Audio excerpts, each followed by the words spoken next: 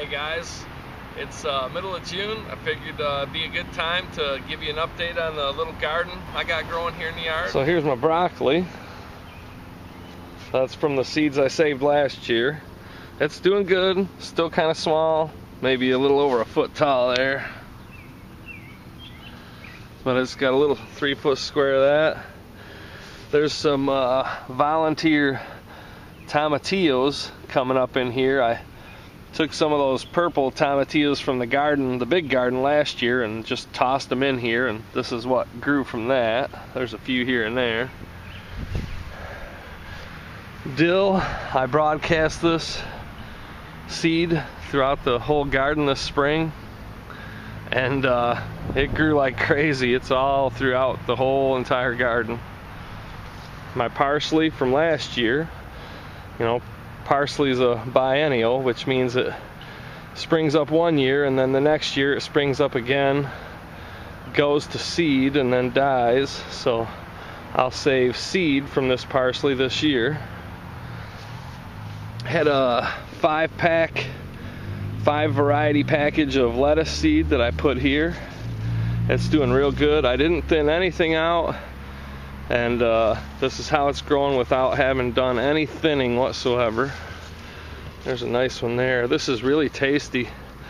Not sure what varieties these are, but a nice little mix of red and green. Got one little walking path down the middle here. Now this is more lettuce. This was Grand Rapids black seeded lettuce. It's real tasty. Again, I didn't thin it out at all, and for the most part the weeds are it's so thick it stays moist and the weeds can't really grow, but that bindweed, it's unstoppable no matter what. Look at that. I try to get that as far from the garden as possible because it'll reroot. Now these were champion radishes, a little round red radish, but they kind of bolted up right away. I wasn't too impressed with the champion radishes. Now these are the seeds. I saved these peas from last year. This is a sugar snap type. Gets really tall, over my head tall. They're just starting to flower, so they should be putting on peas any day. There's actually tomato cages holding those up, 5-foot tomato cages, but you can't even see the cages anymore. Let's see. Now this is that 7-top turnip green. Turnips that are grown for the greens themselves and not the root. Here's some volunteer romaine lettuce from last year.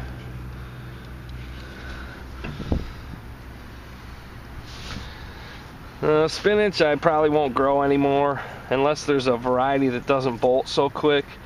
My spinach always bolts right up, and I don't really grow enough of it to make a difference. Here's something I'm curious about. I saw one of these on my dill plant earlier, but that's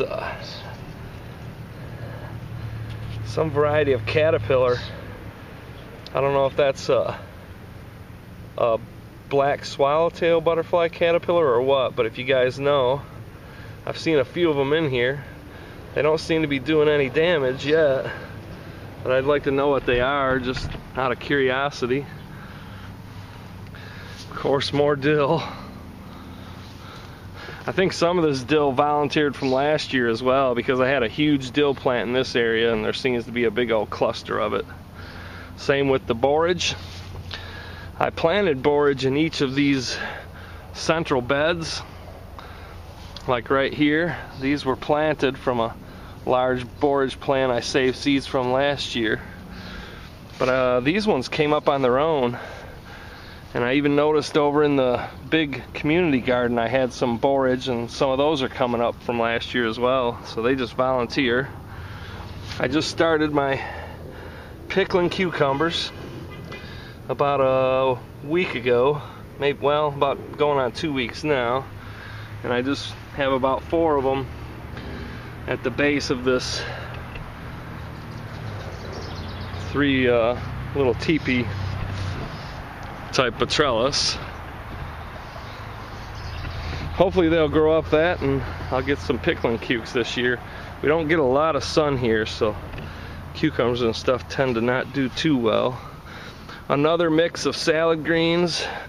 There's some red lettuce type. I really don't know what this is. This might be radicchio. I'm not too up on the greens. I just grow them and eat them. But this was another seed pack that had 5 varieties of salad greens. This one bolts up right away. The rest haven't bolted yet, but I get the same thing down here. This was a seed pack called Rocket Salad, and I'm not sure what it is. It said Rocket Salad Cultivada de Orto. Not sure what the actual plant is, but it bolted up right away. It's got a unique kind of pungent flavor to put a little bit in a salad, but it bolts really fast. And now we're getting sort of into the herbs that I grew last year. There's the oregano, the sage is all blooming out, and then, you know, I've got more oregano and stuff spread throughout here.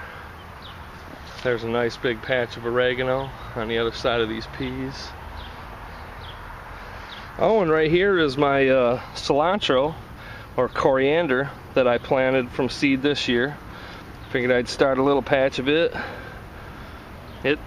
It took off really good. All I did is rough up the earth and throw the seed down, and sure enough it took off and kind of filled in a little. There was a little bare section in between the herbs. Let's see, what do we got here? These are turnips, which didn't have a very good germination rate with these. They're really sparse. Don't have much luck with turnips as far as a root here, because we get those worms that eat into the turnips and the radishes. I planted skullcap from seed right in here this year, but I don't know what it looks like. If you guys know what skullcap looks like when it's young, if you see any growing there, let me know.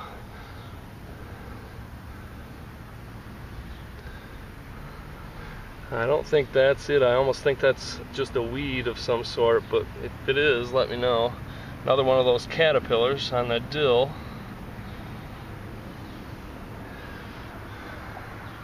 Of course, more sage. More sage here, more oregano. Oh, here's some hyssop that was from last year. It's kind of getting crowded out by this oregano plant. And there should be some more hyssop.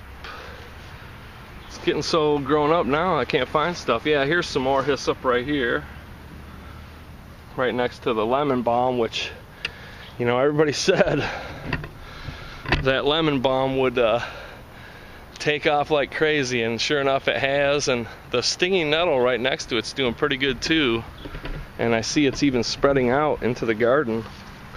But this is the stinging nettle. Had to get over here out of the sun. That's doing pretty good. But you can see there's some little stinging nettle sprouting up all out here in the main garden as well. Probably from the seeds that fell last fall. Lincoln shell peas. They're actually getting peas on them. These don't get very tall, but they do make a lot of long peas with like 13 or more peas in each pod. So they're a good shell pea. Here's one. I've been kind of nibbling on them as sweet peas. And when they're young and flat, they're actually a good sweet pea too. Some mallow. That's a edible plant that grows wild, so I just let it grow. This is the Paris Island Cos romaine lettuce that I saved from last year, saved seeds from. I didn't thin this one out, and I think it would have benefited from thinning, unlike the other lettuces, because it doesn't seem to be getting very big. Could be that it's growing next to the oregano and it's sapping the nutrients, but I think I could have thinned that one out. Now this is Swiss chard. Not doing very well. It kind of was pretty sparse as well, and it was slow to grow, and everything else is, the borage and the dill and stuff, is growing up around it. I'm not sure, but I think this is chicory. I went ahead and left one in there. Chicory and dandelion. They're, in a sense, they're good for a garden as long as you don't have too much. There was a whole big patch of it, and I picked all of them except for two and just let a couple of them grow. Icicle radishes. They're doing really good. They're starting to bolt. Now these were seeds I saved, and it's kind of funny. I had cherry bell radishes and icicle radishes, and I saved seeds from the icicle radishes last year, and that's what I planted here. But I have icicle radishes, and I also have, which is some kind of mix. It almost looks like a, let me pull one out here. It's got a purple color to it, like a purple top turnip almost. But I'm thinking this is a mix between the cherry bell and the icicle radish. I'm not really sure. But what I do with the radishes mostly now is just let them bolt, and then I eat those little green seed pods when they're still nice and crispy. They're my favorite part of the radish, really. What did I, oh, here I have some beets.